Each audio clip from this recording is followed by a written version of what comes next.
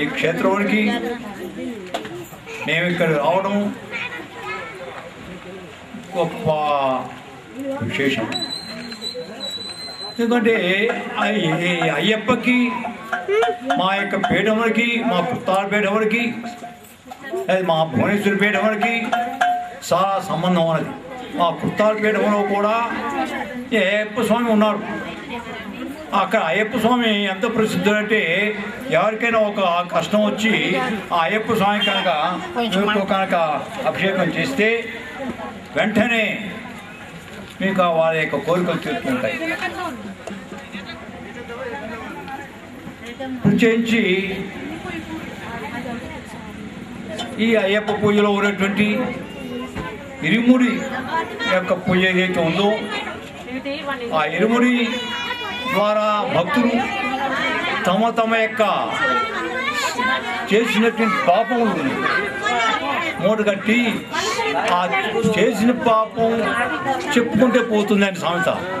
అంచేత స్వామి మేము ఈ యొక్క పాపములను చేసాం, ఈ పాపములన్నీ పోగొట్టు అనేటువంటి కోరికతో, అనేటువంటి వేదనతో ఆ యొక్క అయ్యప్ప స్వామికి నివేదన చేసుకుంటూ ఆ ఇరుముడులన్నీ కూడా అట్లా మోసుకువెళ్ళి ఆ అయ్యప్ప స్వామికి తన పాపములన్నీ కూడా సమర్పణ చేసి, అయ్యా మా యొక్క తప్పులన్నీ క్షమించవలసింది, మా పాపములన్నీ పోగొట్టవలసింది అని చెప్పి ఆ అయ్యప్ప స్వామికి ఆ యొక్క ఇరుముడి ద్వారా అట్లా చేసుకుని ఆ భక్తి ప్రపత్తులు వాళ్ళు ప్రకటించుకుంటున్నారు. స్వామివారికి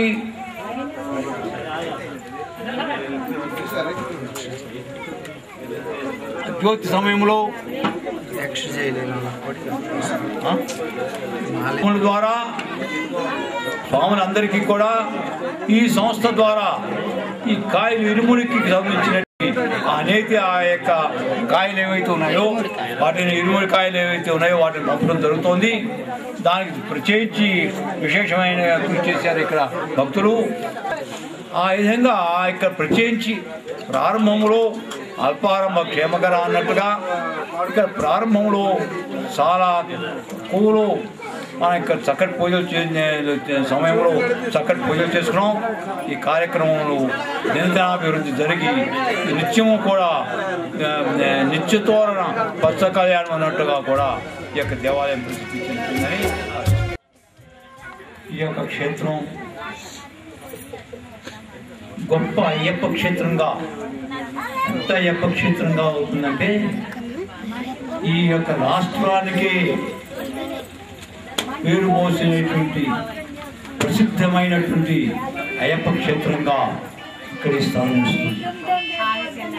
ఎందుకంటే ఇక్కడ అయ్యప్ప క్షేత్రంలోనే ప్రారంభించుదాం అయ్యప్ప ప్రారంభానికి సంకల్పం చేసుకుని దానికోసం కృషి చేసేటువంటి వ్యక్తులందరూ కూడా సిద్ధ సంకల్పులు. వాళ్ళందరూ కూడా ఈ జన్మలోనే కాదు పూర్వ జన్మలో కూడా వారు ఆ శివుని యొక్క కింకరులో ఒకడు. వాళ్ళు మా సిద్ధ పురుషులు పూర్వజన్మలో. ఈ జన్మలో ఇక్కడ అయ్యప్ప క్షేత్రముని స్థాపించడానికి సంకల్పించినటువంటి మహాపురుషుడు. అందుచేత వారి పూర్వజన్మ సుకృతం చేత ఈ యొక్క క్షేత్రము చాలా గొప్ప పవిత్రమైనటువంటి మహాక్షేత్రముగా, అయ్యప్ప క్షేత్రంగా ప్రసిద్ధి పొందుతుంది.